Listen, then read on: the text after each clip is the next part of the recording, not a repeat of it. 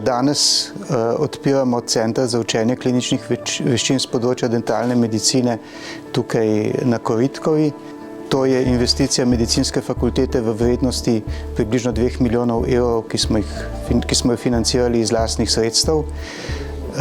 Z to investicijo omogočamo moderno učenje dentalne medicine za naše študente in ta center predstavlja enega najmodernejših v tem delu Evrope, tako da že obstaja interes tudi iz drugih fakultet, da bi se učili klinične veščine z področja dentalne medicine tudi tukaj pri nas.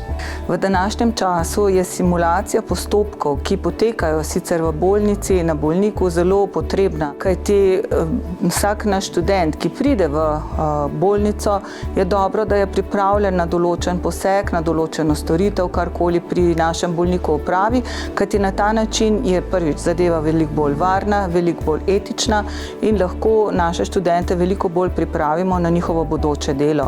Na ta način sta bolj varna tako študent kot tudi bolnik in to je seveda tudi bodočnost v našem učenju, kajti videli smo tudi v času covida, vaje v bolnicah niso bile mogoče, to pa je nov način, kjer lahko vadimo kadarkoli, kakorkoli in tako so študenti veliko bolj pripravljeni in sigurni, ko delajo.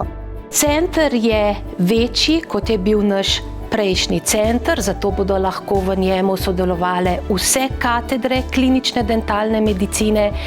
Imamo veliko vajalnico, kjer bodo potekale organizirane oblike pouka in pa tudi malo vajalnico. Gradnja centra je potekala vzporedno z prenovo študijskega programa dentalne medicine, kjer dajemo večji poudarek na samostojnem delu študenta.